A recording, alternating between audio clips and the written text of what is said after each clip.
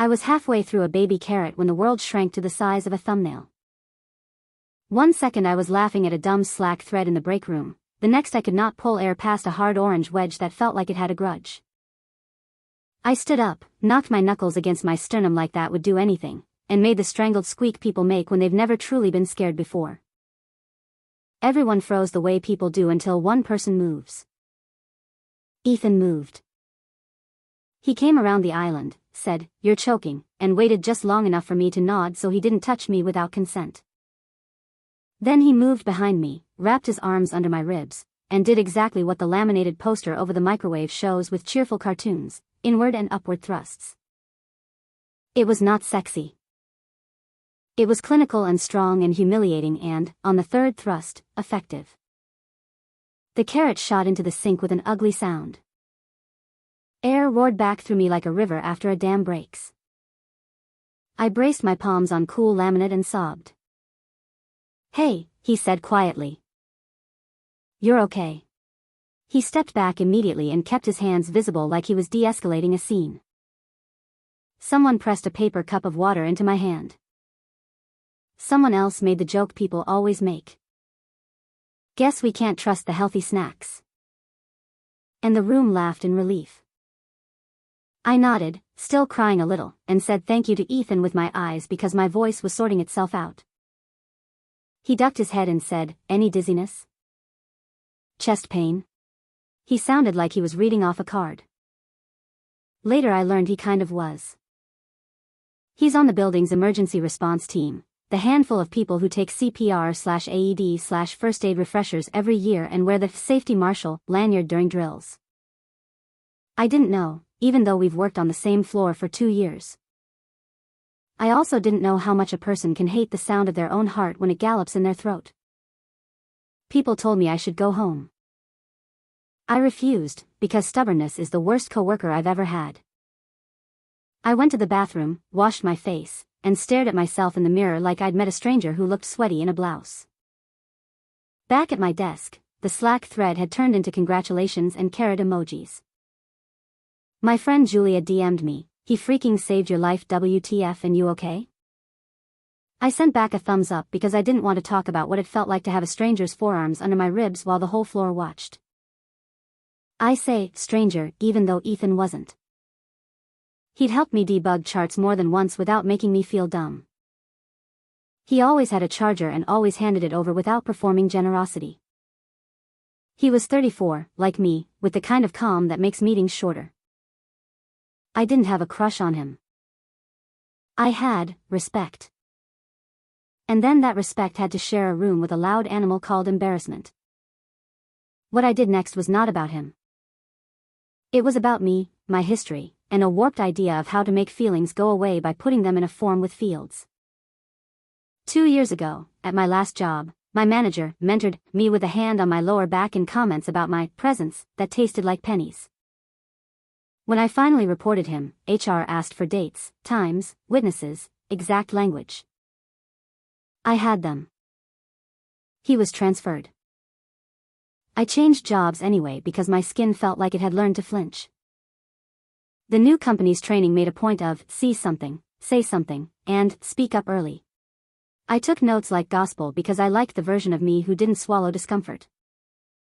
So an hour after Ethan saved me, I walked to HR and asked to file an incident report. The HR business partner, Maya, a quiet woman with a legal pad and unblinking compassion, offered me water and said, "Tell me what happened." I told her, and I used the word touching, and she nodded and said, "Understood," and asked questions that were all about facts. Where were his hands? Did he stop when you indicated you were okay? Did he say anything afterward that made you uncomfortable? Did you feel pressure to hug him? Did anyone make sexual comments? No, I said, on all counts. He did the Heimlich, it worked, he stepped back. So your concern is? She left the sentence open like a chair. My concern, I said, hearing my voice get sharp to hide the tremor, is that I was touched at work in front of everyone. I didn't ask to be touched. I'm still shaking. I don't want this to turn into jokes or God. Slack nicknames. Thank you, she said. We'll handle the culture piece. And for the record, what Ethan did would be considered first aid. Under both our policy and state Good Samaritan laws, trained responders who render aid in good faith are protected. Consent is implied when a person is choking. That doesn't erase your feelings. It just defines the lane we're in. She suggested we document the event, send a note to Ethan thanking him formally, this matters for safety programs, and send a gentle reminder company-wide about not making light of medical events. No investigation is warranted based on what you've described, she said. But we can be proactive about bystander culture.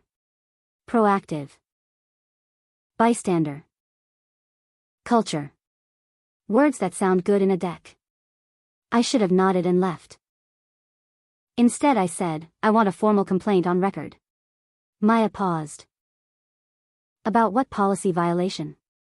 I felt violated, I said, the word falling out of my mouth because it was the right size for my shame even if it was the wrong shape for the facts. I know he saved me. But I also know what it's like to be touched at work and then told to be grateful. She wrote my sentence down. Okay, she said.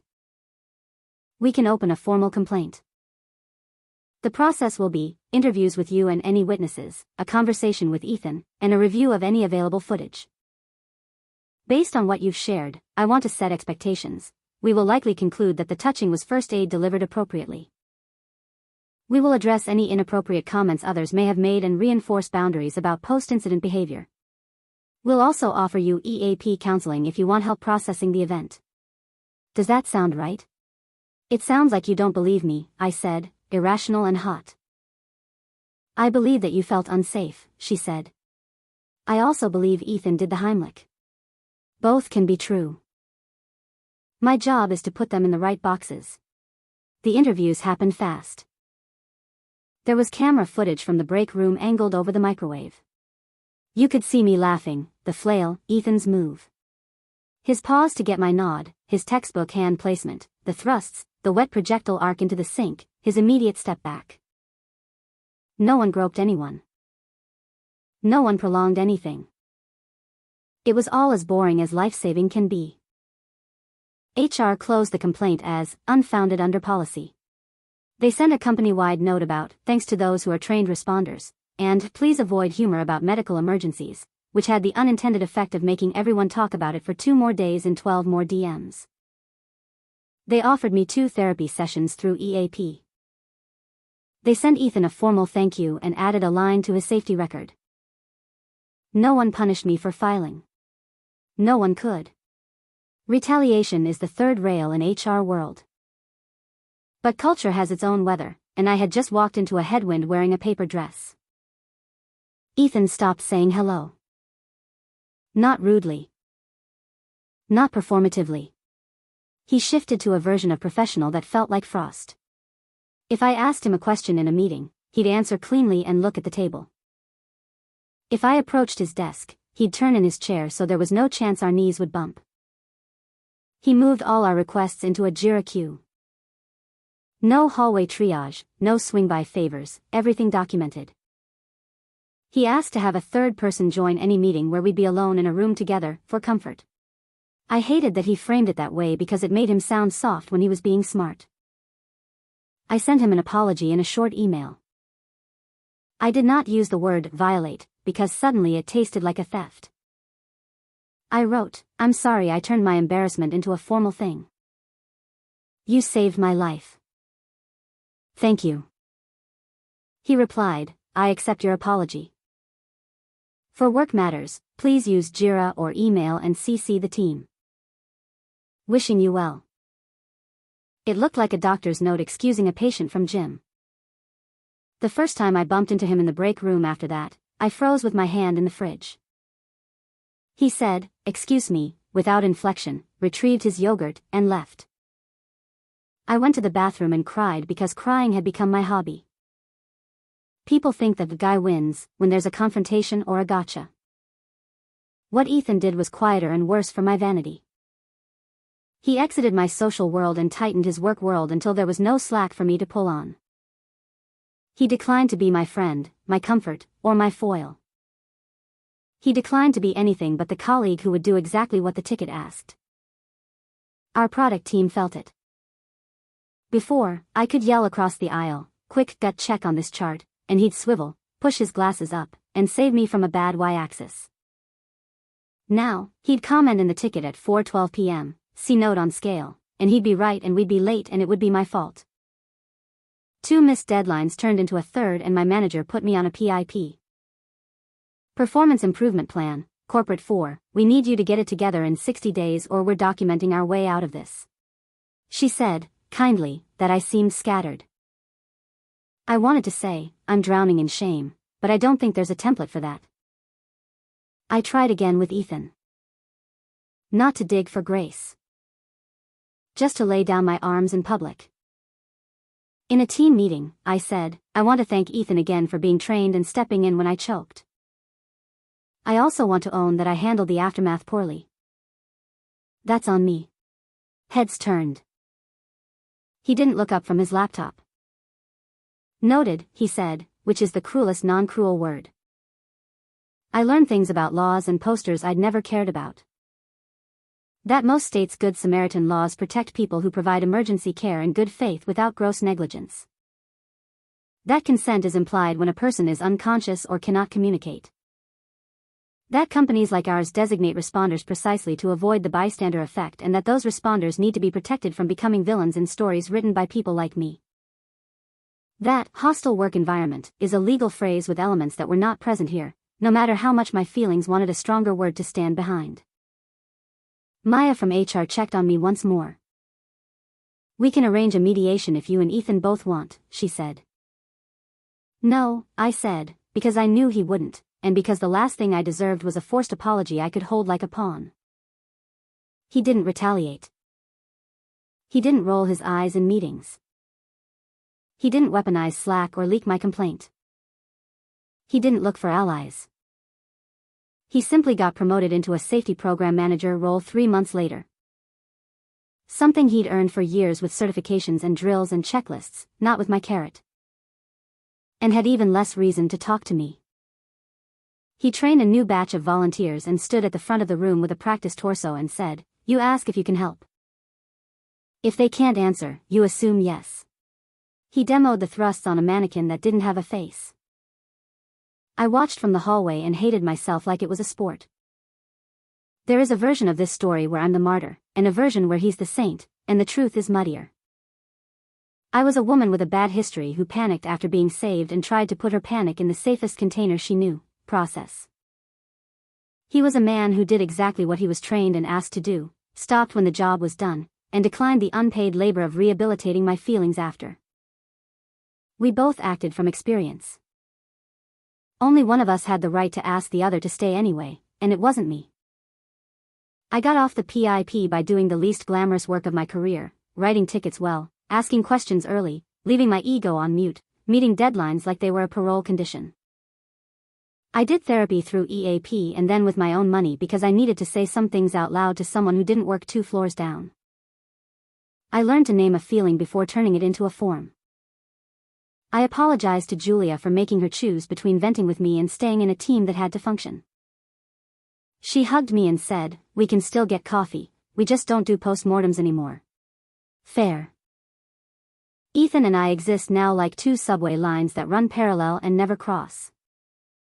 When the quarterly all-hands calls out the safety team, I clap at my desk and mean it. When I pass him in the hall, I nod. He nods. When there's a medical drill, I send the calendar invite to the right list and make sure the room has enough chairs. I don't eat baby carrots at work anymore. Not because of superstition. Because I don't want to be the main character at the microwave again. Sometimes people ask, doesn't it bother you that he won by icing you out? It used to. Now I think the victory was that he refused to be drafted into my redemption arc. He chose professionalism and sleep over being my friend or enemy. He kept the boundary I should have known to keep. He didn't have to forgive me to be decent. He just had to follow the policy and the poster. He did both. There's a poster on our floor now that wasn't there before, emergency response, know your role. It lists the marshal, the caller, the escort for EMS, the bystander's job, make space. Offer water. Avoid commentary. I smile grimly at that last line. Avoid commentary.